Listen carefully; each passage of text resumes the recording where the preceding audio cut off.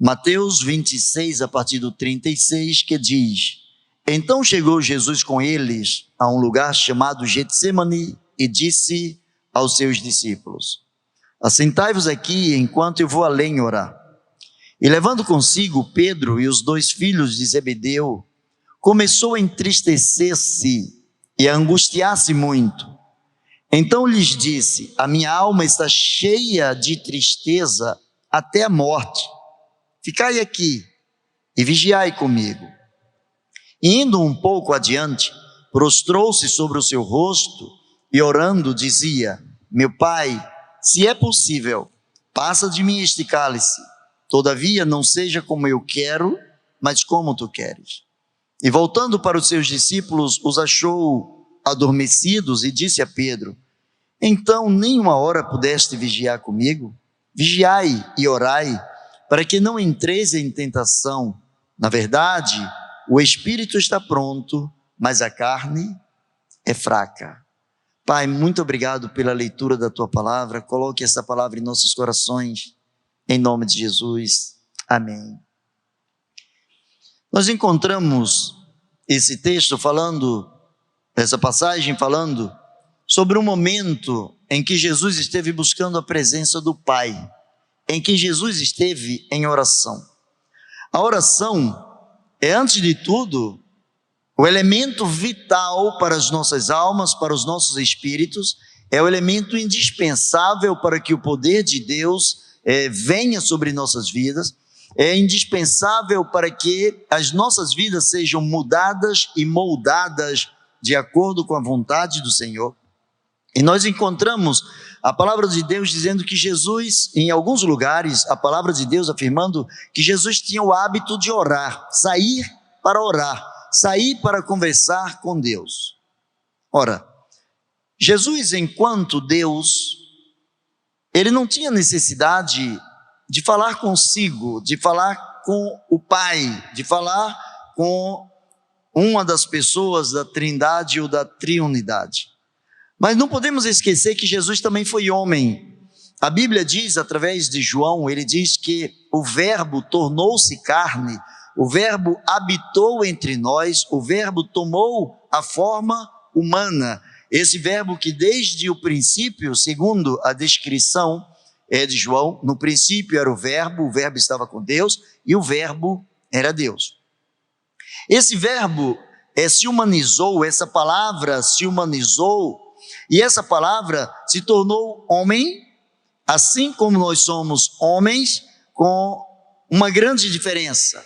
Em tudo foi tentado, mas nunca cedeu à tentação, nunca caiu em pecado. Eu vejo a palavra de Deus mostrando aqui a necessidade de orar. Orar faz com que as nossas vidas estejam voltadas primeiro para o centro da vontade de Deus. Jesus chamou a si 3 dos seus discípulos, chamou os 12, deixou 9 aqui, depois saiu com mais 3, saiu para orar, e ele disse: olha, vocês precisam se sentar aqui. Ele não disse: vocês precisam deitar aqui. Ele diz: assentai-vos aqui, enquanto eu vou além orar. Se Jesus mandou que eles estivessem assentados, é porque Jesus não ia orar pouco tempo. Se Jesus tivesse que orar muito tempo, Jesus poderia dizer a eles: olha, fiquem em pé mesmo, já já eu volto aqui. Quando Jesus disse: assentai-vos aqui, acomodai-vos aqui, enquanto eu vou além orar, porque Jesus tinha no seu coração o propósito de falar com Deus, independente de quanto tempo ele levasse conversando com Deus, ele precisava abrir o coração para Deus, e ele precisava sentir o coração do Pai aberto ao seu coração. Oração é uma das atividades mais difíceis da vida cristã. É um dos exercícios mais negligenciados por nós, servos do Senhor, por nós que fazemos parte da igreja do Senhor. A oração, ela move os céus. A oração, ela movimenta o coração de Deus. A oração move com o coração de Deus. Mas quando nós somos habituados a orar, e Jesus era habituado a orar, começamos a entender que nem sempre a vontade de Deus é a nossa vontade, que nem sempre Deus vai nos responder com um sim, que nem sempre Deus vai nos responder de acordo com aquilo que nós almejamos, mas que Ele vai responder de acordo com a sua santa e agradável vontade.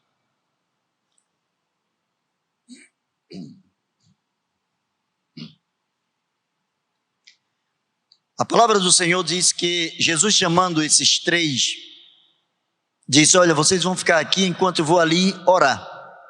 Ele pegou tanto Pedro quanto os dois filhos de Zebedeu, e diz a palavra de Deus que Jesus começou a entrar em agonia, em tristeza. Muitas vezes o que nos leva a orar é passarmos por grandes momentos de tribulações, por muitos momentos de tristeza. Desde que Jesus nasceu, desde que Jesus saiu do céu para que nasceu enquanto homem, Jesus já sabia o que ele havia de passar, Jesus já sabia das angústias que ele passaria, ele sabia do propósito de Deus para a sua vida, e mesmo assim diz a palavra de Deus que ele começou a entristecer-se e a angustiar-se muito. Isso aqui estava prefigurando a sua morte, isso aqui foram momentos, dias antes da sua crucificação. Ele estava já no final do seu ministério aqui. Ele sabia que era necessário entregar a sua vida, sabia que era necessário ser preso e sabia que era necessário morrer por conta dos nossos pecados. Quando Jesus voltou, diz a palavra de Deus que Jesus encontrou os três dormindo, cochilando. E Jesus novamente os incentiva a orar. Quando nós cochilamos, quando nós paramos de orar, quando nós esquecemos de orar, não enfatizamos o momento ou a vida de oração, nós passamos por maiores angústias do que quando nós estamos orando na presença do Pai. Jesus começou a se angustiar porque ele sabia o que viria depois disso, mas enquanto ele estava angustiado, ele ainda estava preocupado com a sua igreja. Ele não esqueceu da sua igreja mesmo no momento de angústia. Ele não esqueceu que ele tinha um papel a cumprir, ele tinha uma missão dada pelo Pai, e ele vai àqueles três que estão mais próximos e diz assim: acorda, orem, eu quero que vocês estejam orando, eu quero que vocês estejam vigilantes, eu quero que vocês façam uma vigília de oração. Jesus os chamou para conversar com Deus, e Jesus novamente se ausenta, Jesus vai e conversa com Deus, abre o seu coração para Deus, e quando ele volta, diz a palavra de Deus, que encontrou aqueles discípulos como quem havia dormido, como alguém que estava cochilando, alguém que estava possivelmente bocejando, alguém que estava demonstrando cansaço, alguém que estava fadigado. E Jesus olha para eles e diz novamente: olha, vocês precisam orar. Nem mesmo o Filho do Homem foi poupado por Deus dos momentos de angústia, e mesmo sendo o próprio Deus, o Filho do Homem pôde também experimentar o prazer de orar, o prazer de estar na presença do Senhor. A oração, ela nos livra. Uma noite de oração pode nos livrar de muitas noites de insônia. Quando nós nos dedicamos à oração, nós vamos buscar aquela que é a vontade de Deus. Nem sempre a vontade de Deus vai coadunar com a nossa vontade, mas mesmo quando a vontade de Deus é diferente, Ele consola os nossos corações de modo que nós sejamos aptos, capacitados para entender e aceitar a sua vontade. A palavra de Deus diz que novamente ele levantou-se, foi e olhou para aqueles homens, e aqueles homens estavam cochilando, estavam adormecidos, e ele diz: olha, a minha alma está cheia de tristeza até a morte, a ponto de morrer. O próprio Filho de Deus dizendo: olha, eu estou tão triste a ponto de morrer. Profunda é a tristeza que invade o meu coração. Ele já havia saído 2 vezes para falar com Deus, e ele entendeu na sua oração que Deus estava dizendo não para ele. É angustiante quando nós queremos uma coisa e esta coisa não nos é dada, quando nós almejamos alguma coisa e não conseguimos esta coisa, não alcançamos esta coisa.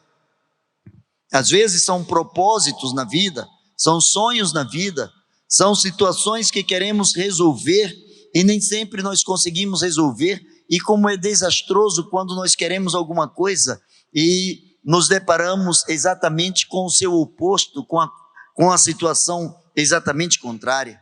Jesus sabia, ele tinha convicção, estava disposto a morrer, mas enquanto ser humano, enquanto homem, ele começou a se sentir triste, ele começou a se angustiar, porque ele sabia o que estava esperando a sua vida. Diferentemente de nós, ele sabia o que aconteceria alguns momentos depois. Ele sabia que alguns momentos depois ele seria preso e alguns dias depois ele seria crucificado, mas ele sabia também que alguns dias depois ele ressuscitaria para vencer a morte, para vencer o inferno, para vencer o diabo e seus anjos. Nem sempre sabemos o que será de nós, daí a grande necessidade de termos uma vida de oração. Tristeza todos nós temos, dificuldades todos nós enfrentamos, situações que nos levam a ter tristeza, às vezes a ponto de querer sumir. Já ouvi algumas pessoas dizerem assim: olha, eu estava tão triste que a minha vontade era andar sem destino, andar para lugar algum, simplesmente sair. Isso significa que eu queria sair da minha realidade, eu queria sair do meu problema, queria sair da minha dor, mas não existe nenhum lugar, não existe nenhuma instância, não existe nenhuma situação em que possamos tirar nós mesmos e que não estejamos na presença do Senhor. O salmista entendeu isso, ele disse assim: olha, se eu subir aos céus, tu estás. Se eu fizer lá embaixo a minha casa, tu também estás. Ele diz assim: a palavra ainda não chegou na minha boca, e eis que tudo em mim tu já conheces. Deus conhece a tua dor, Deus conhece o teu gemido, Deus está atento às tuas orações. Existem pessoas que começam a orar, vão orando, e depois desistem de orar, param, porque dentro dos seus cálculos, dentro das suas limitações, as pessoas acham que já oraram muito e que Deus não quis atender, ou que Deus atendeu com não. Quanto menos oramos, mais precisamos orar. Quanto menos temos vontade de orar, mais precisamos orar. Você já percebeu que toda pessoa que está enferma, ela perde o apetite? Quem está enfermo perde o apetite. Quem está enfermo espiritualmente não tem vontade de orar, perde a vontade de orar, o apetite vai embora, porque a oração passa a ser uma atividade enfadonha, passa a ser algo cansativo, muitas vezes apenas um monólogo de nós para Deus e aparentemente nada de Deus para nós, porque diz a palavra de Deus que só gritos vazios Deus não ouvirá.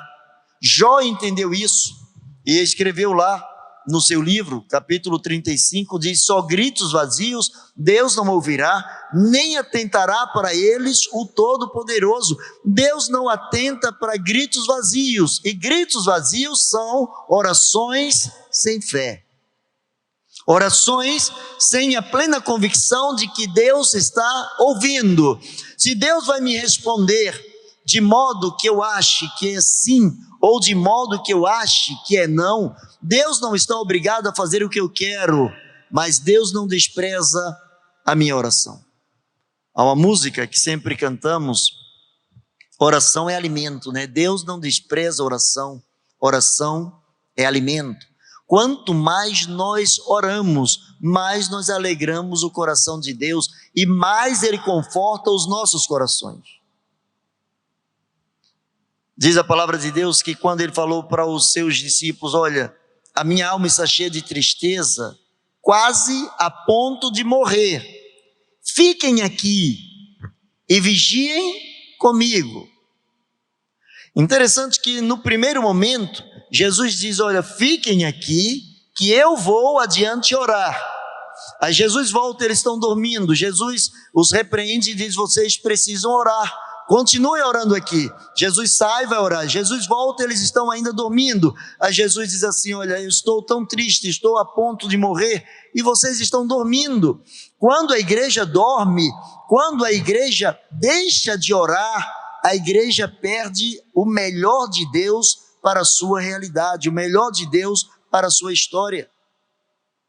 Quando nós oramos, mesmo cansados, afatigados, mesmo desanimados, mesmo abatidos, mesmo feridos, precisamos continuar a prática da oração. Só deixe de orar no dia em que Deus responder, no dia que Deus confortar o seu coração dizendo sim ou não.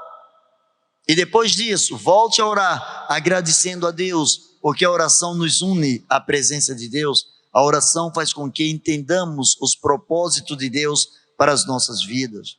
Mas diz a palavra de Deus que Jesus, indo um pouco mais adiante, prostrou-se agora com o rosto no chão. Jesus estava tão triste, Jesus estava tão profundamente machucado, sabendo tudo o que aconteceria, muitas coisas passando na sua cabeça. Jesus agora se prostra diante de Deus, Jesus agora reverencia o próprio Deus, Jesus busca a face do seu Pai e diz, meu Pai, se for possível, passa de mim este cálice, não seja contudo como eu quero, mas como tu queres. É interessante, há duas pessoas, dentre outras aqui, eu quero destacar duas pessoas na Bíblia, que lutaram com Deus, que oraram ao Senhor, que foram buscar o que queriam. Uma foi Jacó e o outro foi Jesus. Jacó, um camarada cheio de cambalacho, cheio de defeitos, é um suplantador, alguém que saiu da presença do seu irmão porque roubou a sua bênção, fugiu de casa com medo de morrer, um homem cheio de falcatruas. Mas teve um momento que o seu coração se quebrantou e ele orou ao Pai, e ele orou a Deus, e ele disse, eu não te deixarei enquanto não me abençoares, eu só saio daqui com a tua bênção, eu só saio daqui depois que eu for trocado. E diz a palavra de Deus que Deus ouviu a oração de Jacó, e Deus mudou a vida de Jacó. A outra pessoa, outro personagem é exatamente Jesus Cristo. A Bíblia diz que Jesus chega, e Jesus era sem pecado, Jesus era o Filho perfeito de Deus, é o unigênito de Deus. Em Jesus, Deus planejou todas as coisas desde a fundação do mundo, desde que Deus criou o mundo. Jesus já fazia parte do plano de Deus, o próprio Deus já tinha planos de vir e resgatar a raça humana, porque ele tinha onisciência, ele sabia o que aconteceria com o homem.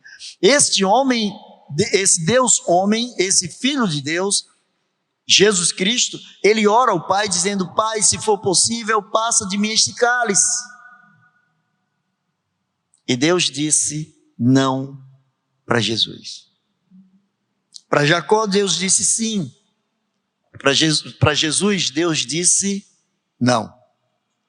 Aparentemente, quando a gente olha assim, a grosso modo, poderíamos pensar, então, vale a pena orar e ser correto? Vale a pena se dedicar à oração? Vale a pena ser alguém tão apegado a Deus? Se alguém como Jesus, há alguém como Jesus, Deus disse não, e há alguém como Jacó, Deus disse sim, sim, vale a pena orar, porque se Jesus não tivesse orado, se Jesus não tivesse pedido a Deus que fizesse a vontade de Deus, hoje a minha e a sua oração não teria livre acesso ao trono do Pai. Deus disse não a Jesus, para poder dizer sim para Eduardo, sim para você que está em casa. Ele disse não a Jesus, para que aquilo que nos era incômodo, aquilo que nos era marcante, que nos afastaria definitivamente da presença de Deus, da face de Deus, pudesse ser derrubado, aquela barreira não existisse mais entre nós e Deus. Ele diz, meu Pai, passa de mim este cálice, se for possível. Ele sabia que para Deus era tudo possível, mas ele estava dizendo: Pai, se não for atrapalhar os teus planos, passa de mim este cálice, essa dor, esse momento, essa angústia. Eu já falei para os meus apóstolos, para os meus discípulos, eu estou tão angustiado que eu estou quase a ponto de morrer. E diz a palavra de Deus que o seu suor se tornou em grandes gotas de sangue. Tal era a agonia que Jesus vivenciava naquele momento. E Deus disse a Jesus: não. Para que em Jesus, através do nome de Jesus, a mim e a você, Deus possa dizer sim. E é por isso que o apóstolo Paulo escreve dizendo que Deus lhe deu o nome que é acima de todos os nomes, para que ao nome de Jesus se dobre todos os joelhos nos céus, na terra e debaixo da terra, e toda língua confesse que Jesus é o Senhor, para a glória de Deus o Pai. Quando Jesus volta para os seus discípulos, novamente Jesus os encontra dormindo. Nós somos peritos, o ser humano é perito em desanimar. Quando a coisa está ruim, muitas pessoas, ao invés de acelerarem, ao invés de andarem, muitas pessoas travam. Por exemplo, não sei quantos já passaram por uma situação de um quase atropelamento. De repente um carro vem e freia em cima de você, ou freou em cima de você, e você paralisou totalmente, fechou os olhos. Nessa altura a alma já tinha saído, o espírito já tinha saído, consciência já tinha saído, só estava ali o corpo. O carro não te pegou, alguém vai lá te balanceia, você escapou. Você leva alguns segundos para voltar a alma, espírito, consciência. Você estava fora, estava em um outro plano. Assim como nós ficamos atônitos quando alguma coisa nos pega de surpresa. Quantas pessoas, quando se deparam com uma realidade inédita, as pessoas desmaiam. Essa semana eu estava vendo uma reportagem de uma senhora que deu à luz a um filho no ônibus, num coletivo. E o marido estava com ela no ônibus, acho que muitos aqui ouviram. E o marido, quando viu que o filho ia nascer, ele desmaiou. Olha que tipo de homem. Cabra bom de ajudar, não? Enfermeiro de primeira classe, né? Ainda bem que tinha alguém ali, um estudante de enfermagem, que pôde ajudar e pôde facilitar para que a criança viesse ao mundo. O pai, quando viu que era a hora do filho nascer, simplesmente desmaiou. Há momentos em que nós desmaiamos na vida. Há momentos que a avalanche é tão grande, os problemas são tão sufocantes, que nós paralisamos. Os discípulos estavam paralisados pelo sono. Jesus volta e diz para eles: olha, então nenhuma hora vocês podem vigiar comigo. Vigiai e orai, para que não entreis em tentação. Jesus sabia que ele estava preparado para fazer a vontade do Pai, embora lhe fosse penoso, lhe fosse pesado fazer a vontade do Pai. Ele estava preparado, mas ele estava preocupado com a sua igreja. Ele queria que a sua igreja também estivesse preparada. Por isso que ele trouxe 3 para perto dele, trouxe os outros 9 e disse: olha, fiquem aqui, orem, vigiem, vigiai e orai para que não entreis em tentação. Na verdade, o espírito está pronto, o seu espírito está pronto, o seu espírito está pronto, meu espírito está pronto, mas a carne é fraca. A carne é fraca. Ora, e o que é que a gente faz quando o corpo está fraco? Se o corpo está fraco, a gente precisa tomar remédio para que ele fique forte. Se a carne é fraca, o pecado não é a vitamina que nós precisamos. Se a carne é fraca, precisamos de alguém, de alguma coisa, precisamos de algo que possa nos fortalecer. E o que nos fortalece é a presença do Espírito de Deus em nossas vidas. Vigiai e orai para que não entreis em tentação. E esse não entreis em tentação é para que não caiais em tentação. Que o tempo todo seremos tentados, o tempo todo seremos rodeados por todo tipo de tentação. Ele diz: mas para que vocês não cedam à tentação, porque o espírito está pronto. Se você morrer agora, você vai partir para a presença do Senhor, mas a carne é fraca. Para concluir, vigiai, orai, para que não entreis, não cedais à tentação. Eu quero encorajar você, quero desafiar você a levar uma vida de oração ainda mais intensa. Eu sei que tem pessoas que já têm uma vida de oração intensa, e você que já tem uma vida de oração intensa, intensifique mais ainda.